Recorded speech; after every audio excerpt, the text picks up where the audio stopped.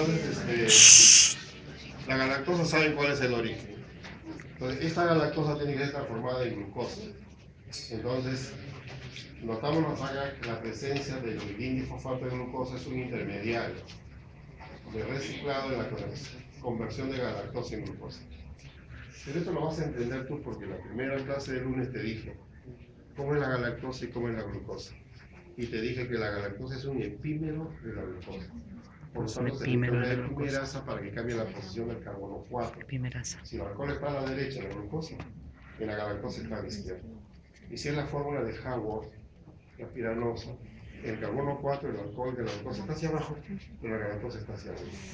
O sea, ¿quién va a ayudar a eso? Una epimerasa, era obvio. Es decir, la glucosa está formada en galactosa es gracias a una epimerasa. ¿Pero qué se requiere? La presencia, obviamente, de enzimas clave, ¿no? Entonces, pero acá el nombre de epimerasa se la vamos a variar. ¿Por qué? Porque en realidad es factible la transformación gracias al cambio de posición del grupo alcohol en el carbono número 4, ¿no? Entonces, acá tienes un esquema general con la producción, pues, de la molécula que nosotros queremos. ¿A dónde queremos llegar? A glucosa. ¿De dónde partimos? De la lactosa. Entonces, y la enzima clave, la que va a permitir eso, en realidad, es la epimerasa, obviamente. Pero puede haber trastornos en que falta una otra enzima y eso usted le van a llamar el nombre de galactosemia.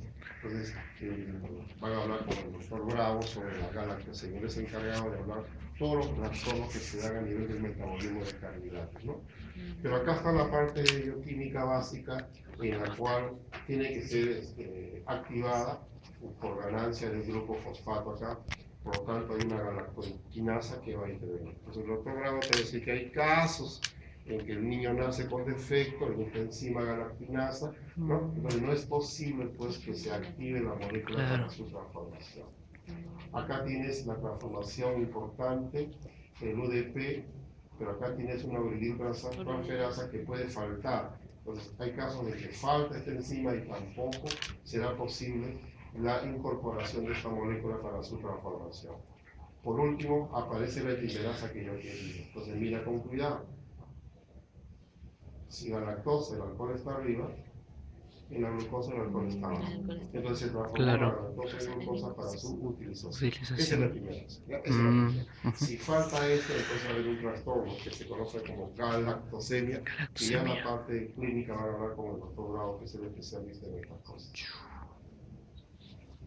El metabolismo de la fructosa, lo mismo te quería traer esto porque también vas a hablar con el doctor Bravo de la fructosemia. ¿Me entiendes? Entonces tenemos que hablar un poquito de cómo se transforma esta fructosa. Pero el origen sí lo sabes. La fructosa proviene de la sacarosa. Sí. Porque la sacarosa está formada de fructosa y glucosa, unida por enlace beta o alfa según los diremos en realidad, ¿no? También se necesita una fructoquinasa. Realmente ten cuidado para la clase de doctorado, es decir, puede faltar la fructoquinasa.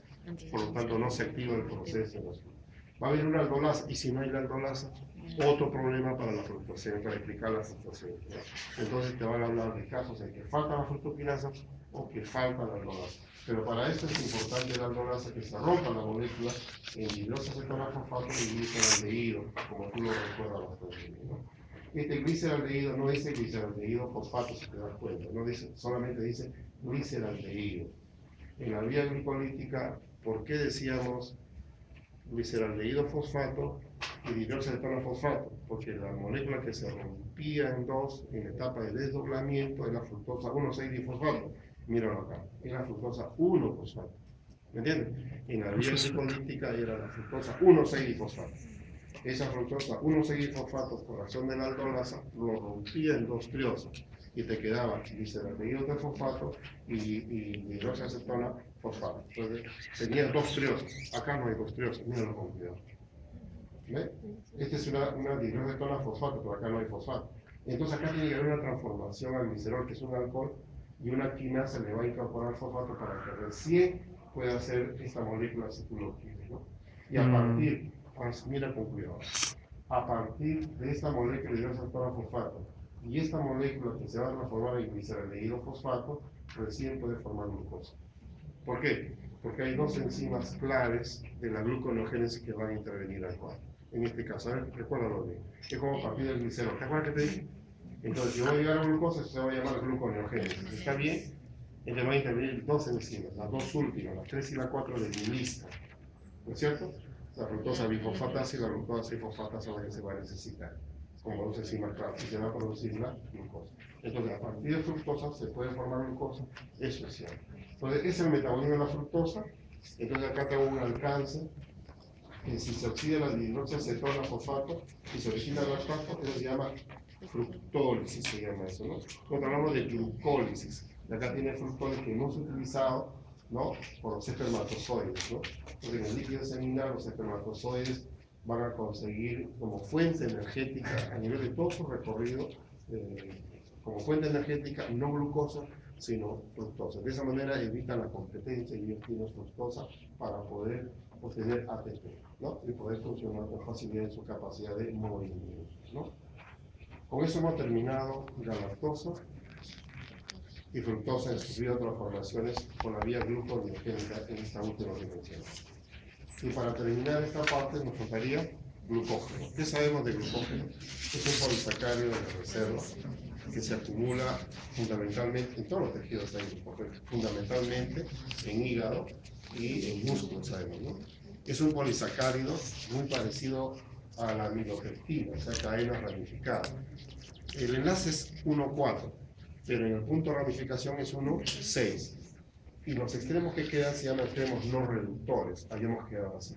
Este glucógeno de gran importancia para la etapa de ayuno. Entonces, la enzima que lo va a desdoblar es importante en la etapa de ayuno para proveer de glucosa, ¿no? Veamos acá que nos dicen cantidades. Miren, en una persona de 70 kilogramos, ¿no? El promedio, casi 400 corresponde a músculo y 100 corresponde a hígado, el glucógeno. El glucógeno hepático es de mayor importancia como fuente de glucosa en el ayuno. Claro, porque el hígado tiene la glucosa 6-fosfatasa. En cambio, el músculo no tiene glucosa 6-fosfatasa, entonces nunca puede liberar glucosa. Entonces, quien va a liberar glucosa es el hígado, no el músculo. El músculo no puede porque no tiene glucosa 6-fosfatasa. Te pregunto, ¿qué función tiene la glucosa 6-fosfatasa? Que en la parte final ya cuando tenemos la glucosa 6-fosfato, tiene que romperse ese enlace fosfoeste para que la glucosa pueda salir. Pero ¿cómo se rompe? Con esta enzima que se llama la glucosa 6-fosfatasa. Eso está en el hígado, pero no en el músculo. Esa es la razón por la cual se menciona acá que el glucógeno hepático es de mayor importancia como fuente de glucosa en el ayuno. En fibras musculares rojas, que tienen más mitocondrias que las blancas, está formado en piruvato hasta C12. Como tiene más mitocondrias que las blancas, ¿no es cierto? Entonces va a producir hasta el final C12. Pero en las fibras musculares blancas, que tienen menos mitocondrias, entonces van a producir mayormente el lactato, ¿no? Esa es la diferencia, si queremos aclarar un poquito. ¿Y qué significa la palabra glucogenólisis? Rompimiento. Entonces quiere decir que tiene que haber una enzima que haga eso. ¿Cómo se llama esa enzima? Los tumores. Se llama la glucógeno fosforilasa. Pero como hay ramificaciones, ¿te conté, te acuerdas? Que hay ramificaciones, tiene que venir una ayuda. Esa ayuda se llama la enzima desramificante. Una ayuda, esa es la enzima desramificante, obviamente, ¿no? Entonces, acá tienes tú el extremo, este es el glucógeno, este es el extremo, que se llama extremo no reductor. A ver, míralo bien. ¿Qué se llama extremo no reductor?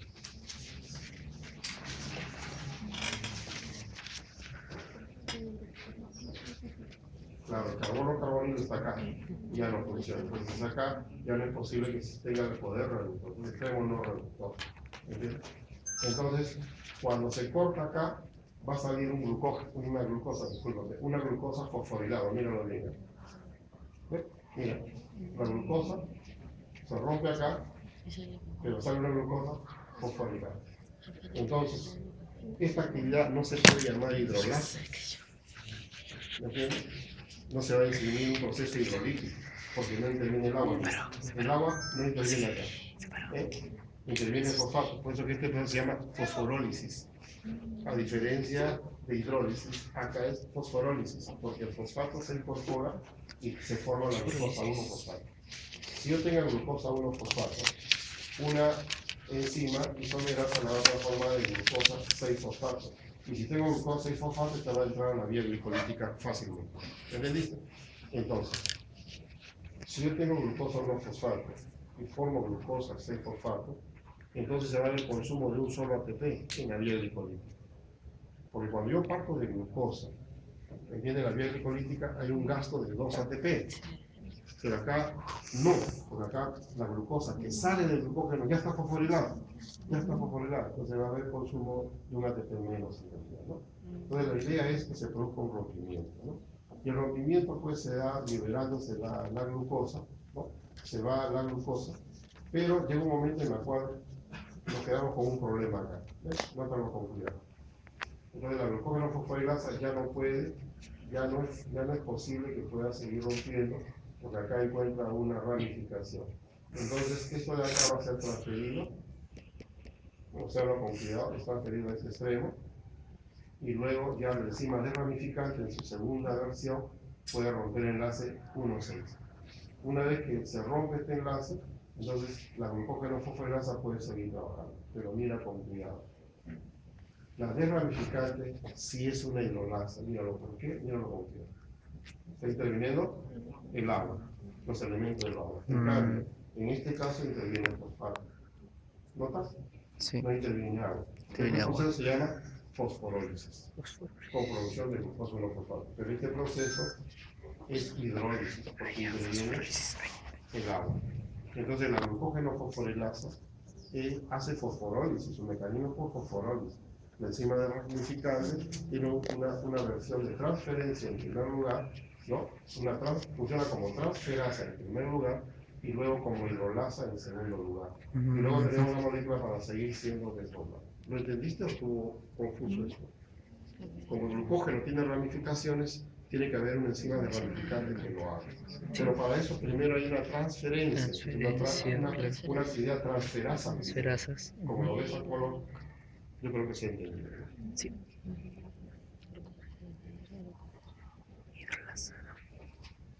Desdoblamiento de glucógeno por actividad de glucógeno fosforilasa y de la enzima desramificante. Subrayo, ¿cuántas enzimas hay?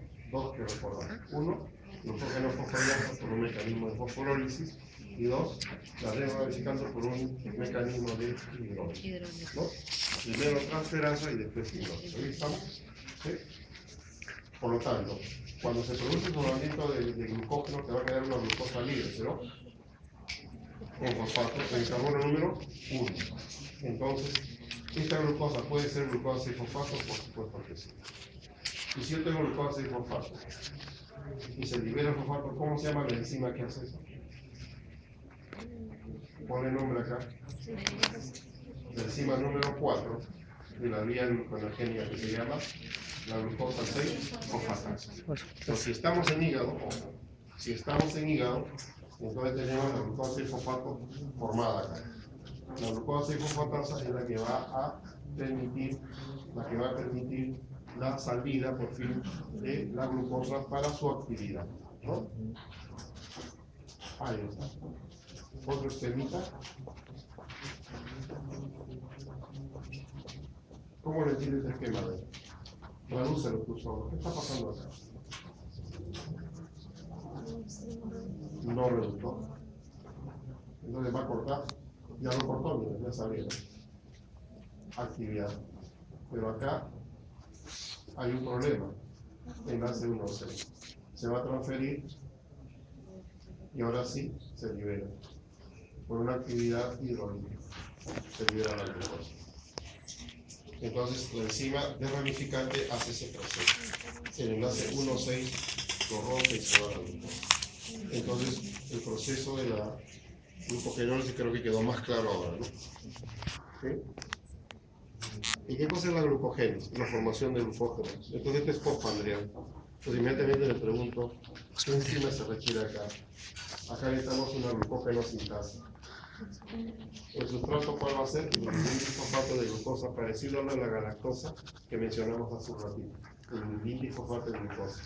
Por lo tanto, el nucleótido que va a intervenir es el glindifosfato. De tal manera que se forma el glindifosfato de glucosa y un pirofosfato, que se llama pirofosfato. Acá no se menciona, pero en realidad acá hay una enzima que se llama pirofosfatasa, que rompe este enlace rápidamente para que haya energía adecuada para que el proceso pueda continuar. Si no hubiera pirofosfatasa, una enzima que rompe, entonces el proceso va a ser un poco difícil que se dé. pero gracias a que esto está conectado con la pirofosfatasa, entonces el proceso se da con suma facilidad. Entonces tengo el UDP de glucosa que va a servir como fuente, ¿no?, para agregar glucosa a una parte preformada de glucosa. Cadena con enlace 1,4, no hay ramificaciones, por lo tanto necesita una segunda enzima que se llama enzima ramificante. Entonces hay dos enzimas también acá, la glucógeno sintasa y la enzima ramificante. Pero ¿sobre qué va a haber la síntesis de glucógeno? Sobre un cebador. Ese cebador, o base si tú quieres, es una proteína que se llama la glucogenina y tiene una actividad autoglucosilante. Como vimos la vez pasada, te dije que los grupos alcohol de ciertos aminoácidos permitiría que se unan carbohidratos con suma facilidad. O sea que eso va a suceder. Eso se llama actividad autoglucosilante. Y acá lo tenemos con un esquema sencillo primero. Acá tienes la proteína llamada glucogenina con su alcohol de la serina, que ya te acordaste que es el aminoácido que tiene glucoalcohol, y se van a agregar pues las glucosas con mayor facilidad liberándose el glifosfato. Esto lo llamamos base, esto lo llamamos cebador, ¿ya? Entonces la enzima glucógeno sintasa va a ayudar a la formación de glucógeno, obviamente, ¿no? A ver qué tenemos acá. ¿Cómo se entiende esto? Acá tenemos el glucógeno. Y acá se va a agregar la glucosa. O sea, esta glucosa que está pintada tiene que entrar acá. Acá tenemos el transportador, el urindifosfato de glucosa. ¿Ves? Acá tienes el uracilo. Acá tienes, no me acuerdo, ¿este es riboso o desoxirriboso? No te olvidas. La ribosa. Alcohol y alcohol. Se llama desoxirribosa cuando acá le falta el oxígeno. Entonces, el uracilo, una pirimidina. Acá tienes la ribosa, acá tienes fosfato, y acá tienes lo que queríamos mencionar, la glucosa. Esta glucosa, ¿de dónde proviene? Te pregunto yo. Estamos en la síntesis de glucógeno. ¿Dónde proviene esta glucosa? De lo que tú comes. Estamos en etapa postprandial. Entonces todos los azúcares, los carbohidratos que comemos, tienen que almacenarse bajo la forma de glucógeno, por ejemplo, y esto tiene que incorporarse acá. Entonces, la glucógeno sintasa o la glucógeno sintasa lo que hace es la transferencia y la unión 1,4. Ya se unió. Acá es la unión 1,4. ¿Quién hace eso? Esta enzima. La glucógeno sintasa. Perfecto. Pero, ¿qué pasaría para la ramificación? Entonces, nota tú con cuidado ese dibujito, en la cual, una vez que se sintetiza, una porción entre 7 u 8 va a ser trasladada para la ramificación con punto 1,6, como ya te puedes imaginar. Entonces, cuando se llega a 7, 8 de cadena, ya se puede transferir, como lo puedes notar en el dibujo. La segunda enzima está trabajando en este modelo. Esta es la segunda enzima. La enzima es ramificada. Otro esquemita para que lo vean.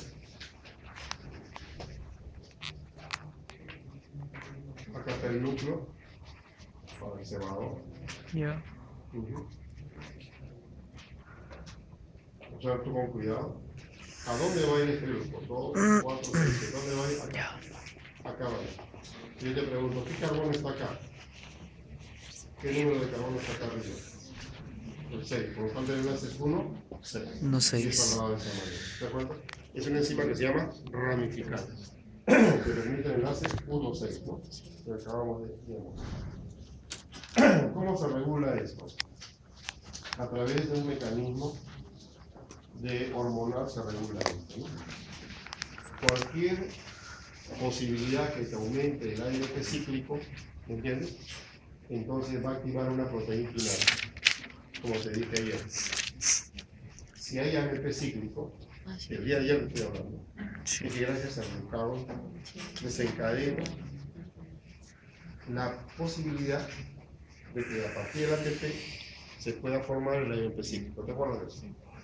Ese AMP cíclico, ¿a quién iba a activar el día de ayer? A una proteína. Claro. Si esta proteína quinasa, ahora sí ya. Si la proteína quinasa está inactiva, ahora está activa. A su vez, ahora sí ya. A su vez, esta proteína quinasa, hasta donde queremos llegar ahora. Esta proteína quinasa va a activar a una fosforilasa quinasa que estaba inactiva y ahora está activa. A su vez, esta fosforilasa quinasa, cuando fosforila a la glucógeno fosforilasa, cuando lo fosforila, entonces la va a activar. En cambio, cuando esta enzima fosforila el glucógeno sintasa, la va a inactivar. ¿Te das cuenta? Entonces, en un caso, cuando fosforila, la activa, y en el otro caso, la inactiva. Entonces, si está funcionando, nuevamente, si está funcionando el ADP cíclico, mira tú, si está funcionando el ADP cíclico, entonces es lógico que funcione esta enzima y no esta de acá. ¿Está bien? Entonces, a su vez, te pregunto yo, y para que funcione el ADP cíclico, ¿qué hormona ha estimulado el proceso? Glucagón. Glucagón, sí, Por lo tanto, si yo glucagón. no hablo de glucagón, si no hablo de insulina, Ah, entonces no va a hacer disminución, eso, no, proceso. claro. ¿Entiendes la idea? Porque si la insulina va a activar un proceso por el cual no permite que el ADP cíclico se mantenga en cantidad adecuada. Entonces va a estimular una diesterasa que permite que el ADP cíclico no se conforme como debe de ser. ¿Entiendes la idea? Porque si funciona la actividad glucogenolítica, no puede funcionar la actividad glucogénica y al revés, ¿no es cierto? Y eso está controlado por las hormonas. Entonces, recordemos de que acá hay hormonas que mencionar. A ver, subrayamos, por favor. Glucagón, epinefrina o adrenalina. La adenosiclasa, subrayo ADP cíclico, y inicia el sistema de cascada. Y al final, ¿quién se activa? La glucógeno fosforilasa. ¿Y quién se inactiva? La glucógeno sintasa. Volvemos a ver, ¿quién se activa? Acá está. Entonces ahora yo te pregunto, dime, este fosfato, ¿cómo se une a esta enzima?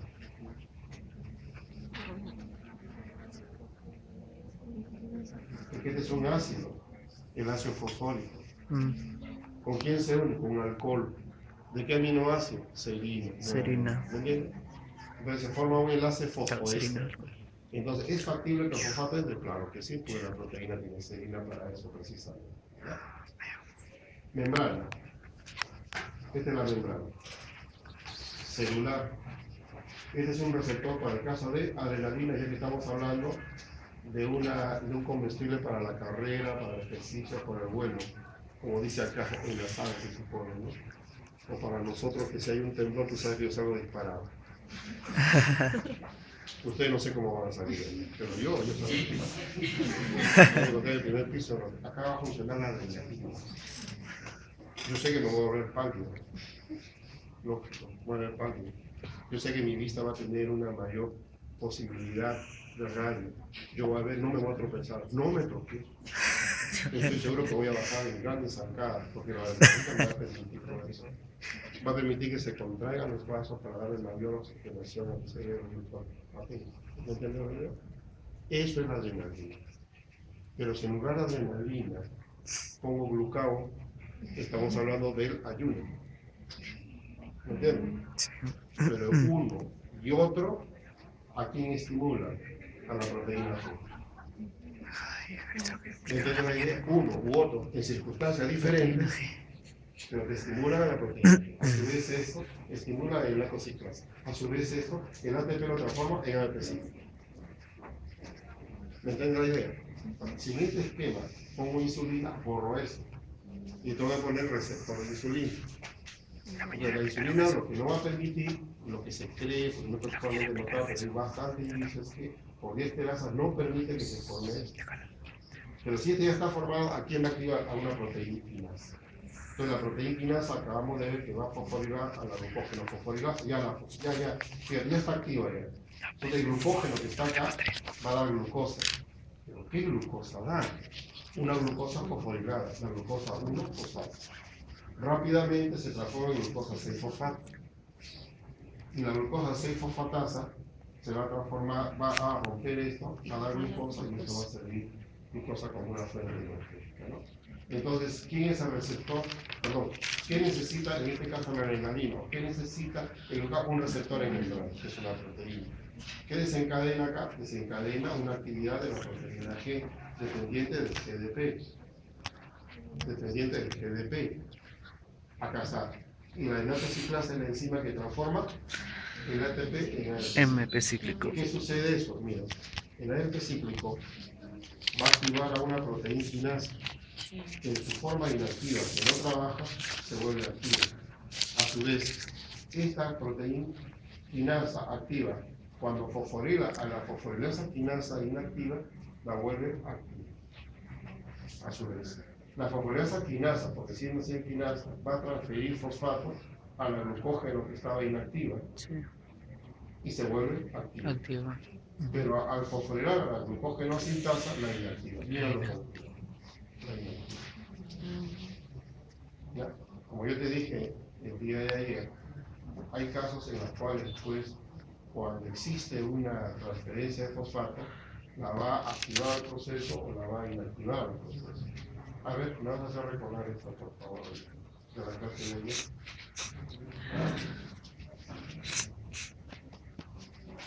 Ahí. Ahí. Ujú.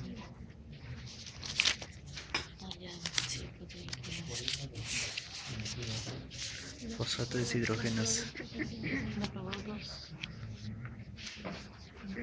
Si miras con cuidado, cuando esto se fosforila, se inactiva.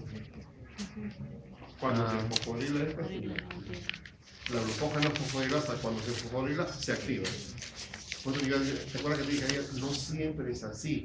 Hay que tener cuidado con qué enzima estamos trabajando. Yo te pregunto, por favor, ¿qué enzima es? La piruvato es un complejo que está formado por tres Piruvato enzimas. deshidrogenasa. La piruvato deshidrogenasa propiamente dicha, que tiene como coenzima pirofosfato de tiamina. Como ya te olvidaste, acá está. Hidrolipoíperos acetilasa hace un Ese es lipólipo. un nombre que Hidrolipoíperos deshidrogenasa. hidrolipolideshidrogenasa. Entonces, estos mecanismos son importantes recordarlos. ¿Por qué? Porque hay un mecanismo de activación. Porque no pueden funcionar las dos. Porque siempre lo decimos, oye, ¿pero por qué no funcionan las dos?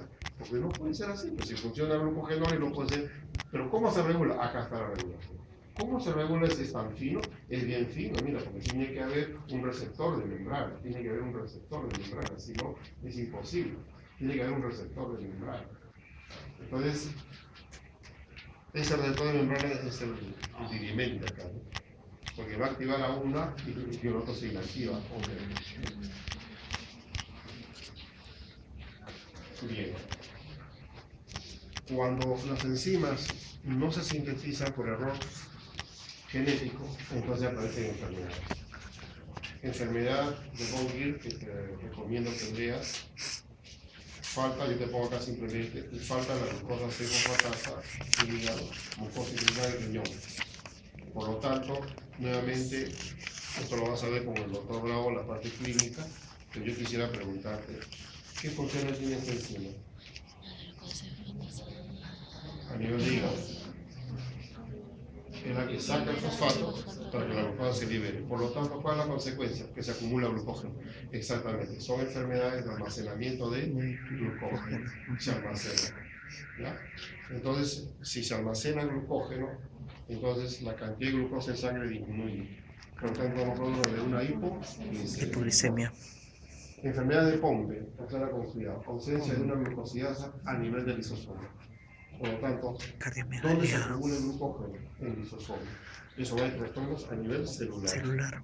Cero trastorno a nivel celular. Sí. Cardiomegalia, muerte por falla Muerte. cardíaca. Acá quisiera que Apoptosis. revises la enfermedad de Pompe, ¿no? Se va a presentar una clara en la niñez, pero se puede presentar también en la juventud. Léelo, por favor, te interesa bastante eso. El doctor Bravo te va a insistir. La enfermedad de Cori, ¿quién falta? La de ramificante que te enseñé hace poquito. La de ramificante. Entonces, ¿qué enzima está trabajando acá? No funciona la red, pero ¿cuál está funcionando? Muy bien, a ver, repite. Muy bien, de nuevo. Muy bien, escucharon bien, ¿no? La glucógeno Fosforilasa. Esa está trabajando, pero ¿dónde se detiene? ¿Me entiendes? ¿Dónde Sí, se detiene? claro. Cuando ya cortó del extremo y está a 3 o 4 ya para llegar, ahí se detiene. Entonces, si bien va a haber una producción de glucosa, va a haber una liberación de glucosa, pero en menor cantidad. O sea, obviamente en esta enfermedad va a haber la posibilidad de que haya algo de glucosa, ¿no? Entonces la cantidad de glicemia que debe ser vigilada, hay que tener mucho cuidado. Entonces hay encontrar baja de glicemia, con 3 cucharadas de azúcar lo hagamos rápidamente. Entonces por lo menos 3 cucharadas de azúcar y listo, ¿no? Ya lo podemos reactivar para las personas diabetes que hace un cuadro contrario, ¿no? Y que rebaja demasiado ya, ¿no? Obviamente. Entonces, en este Así caso es. también, ¿no? Enfermedades de McArdle, ausencia de la popularidad muscular, hay calambres musculares muy importantes. ¿Ya? Entonces, hasta ahí hemos llegado, hemos terminado con el metabolismo glucosa. No, presta atención. Presta atención.